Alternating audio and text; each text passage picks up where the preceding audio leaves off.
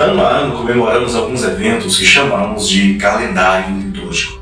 O Natal e a Páscoa são os dois principais destes eventos. E dependendo da igreja, existem outros. Dentro de algumas igrejas existe a discussão se podemos ou se devemos comemorar um e outro. O nosso propósito não é tomar partido nessa discussão. Eu quero que você conheça o significado da Páscoa. Quando ela foi ordenada por Deus aos judeus, como eles viram esta festa, que era uma das mais importantes do seu povo, e como o Senhor Jesus a realizou e a cumpriu pouco antes de ser traído por Judas e morto pelas autoridades judaicas e romanas. A Páscoa é uma festa anual que comemora a saída do povo de Israel do Egito.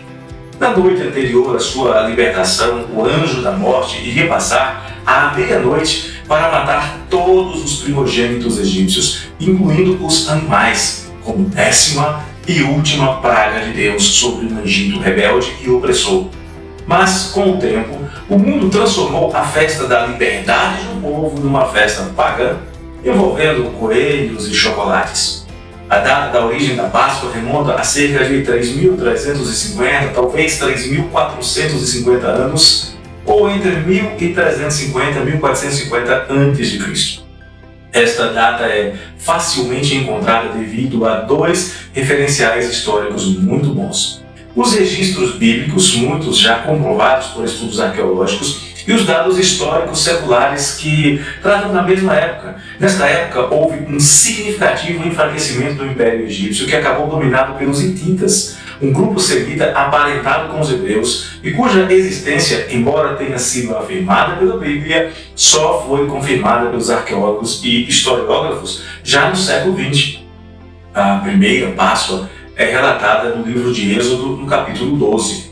A palavra hebraica Pessar significa travessia, passagem, podendo se referir ao ato de Deus passar por sobre as residências hebreias, poupando seus filhos, e também pode se referir à travessia do Mar Vermelho. Mas o mais certo e aceitável é dizer-se que a referência é à primeira hipótese, a passagem do anjo sobre as casas dos hebreus. Os hebreus já estavam no Egito há cerca de 430 anos e eram oprimidos pelos faraós egípcios. E eles, os hebreus, então oraram ao seu Deus, que enviou Moisés como porta-voz, como libertador e como emissário das 10 pragas. Quais foram elas? E o que foram elas? As pragas foram mais do que um meio de gerar aflição física e perturbação na sociedade egípcia.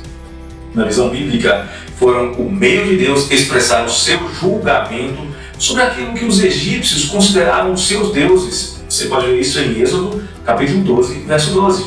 Vejamos aqui rapidamente cada uma delas. As águas foram transformadas em sangue, isso é Êxodo 7, 14 e 25. Esta praga atinge o rio Nilo, cultuado como se fosse um deus pelos egípcios. Lembremos que o Egito era e é conhecido como a dádiva do Nilo. É como se o deus hebreu tivesse ferido de morte o Deus que dava vida ao Egito. A praga das rãs, em Êxodo 8, de 1 a 15, as rãs eram cultuadas como divindade egípcia, símbolo da fertilidade. As rãs são mostradas como criaturas sob o comando de Deus, humilhando os sacerdotes egípcios, perturbando a sua higiene, e por serem identificadas como divindades, elas não podiam ser removidas por meio de matança.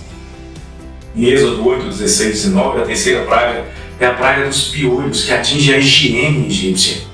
Os insetos eram adorados no Egito como divindades, especialmente o escaravelho, e de repente eles se viram tomados cobertos de piolhos.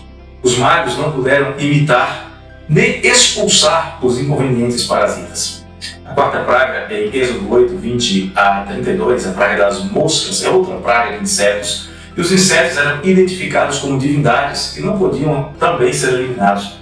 O nome Beelzebub, por exemplo, Baal-Zebub, significa Senhor das Moscas. Além de incomodar, e há estudiosos que traduzem Zebub como vespões, tornando a praga ainda mais incômoda, mas ainda de incomodar causaram destruição e cessação dos trabalhos.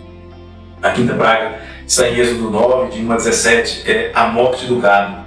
O touro era adorado no Egito, e os judeus na saída acabaram muito tolamente, muito ignorantemente, copiando essa adoração que está em Êxodo 32, 4. Mas a mão de Deus se abate impiedosa sobre esses animais. Porém, a praga só atinge os animais dos egípcios. A sexta praga, a sarna, está em Êxodo 9, de 8 a 12. Também é traduzida por úlceras.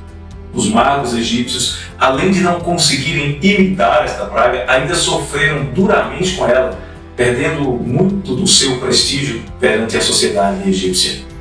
A sétima praga de Saraiva, em Êxodo 9, de 13 a 35, também atinge aquilo que os egípcios criam. As chuvas eram vistas como dádivas especiais de uma deusa chamada Ísis. Era o seu próprio choro que regava a terra. Mas Deus mostra que é Ele quem controla todos os elementos no verso 29.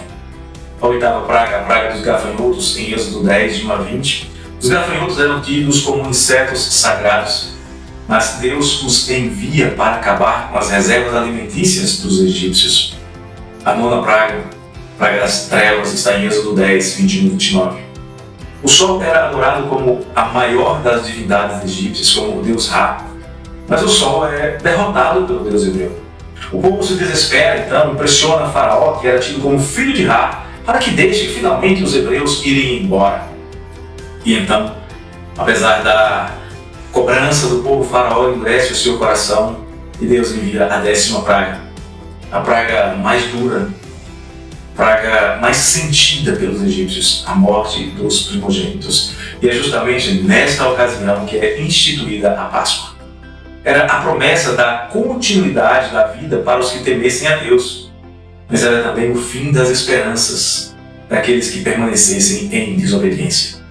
Após a 10ª praga, os hebreus foram libertados da escravidão no Egito e levados para Canaã, a terra que mana leite e mel, para cumprimento de uma promessa feita há muito tempo, feita a Abraão, a Isaac e a Jacó. É o início, então, da história nacional de Israel. A promessa de nova vida feita aos israelitas sem a opressão do Egito é um tipo da nova vida que é oferecida por Deus aos que creem em Jesus Cristo, sem a opressão do diabo, sem a opressão do pecado. A Páscoa já apontava para Cristo, o Cordeiro de Deus, mas sobre isso nós falaremos no próximo vídeo. Você que esteve conosco até aqui, se ainda não fez, faça a sua inscrição, ative o sininho para receber as notificações dos próximos vídeos e você também pode divulgar no nosso canal. E se você tem alguma dúvida ou comentário, fique à vontade para escrever aqui.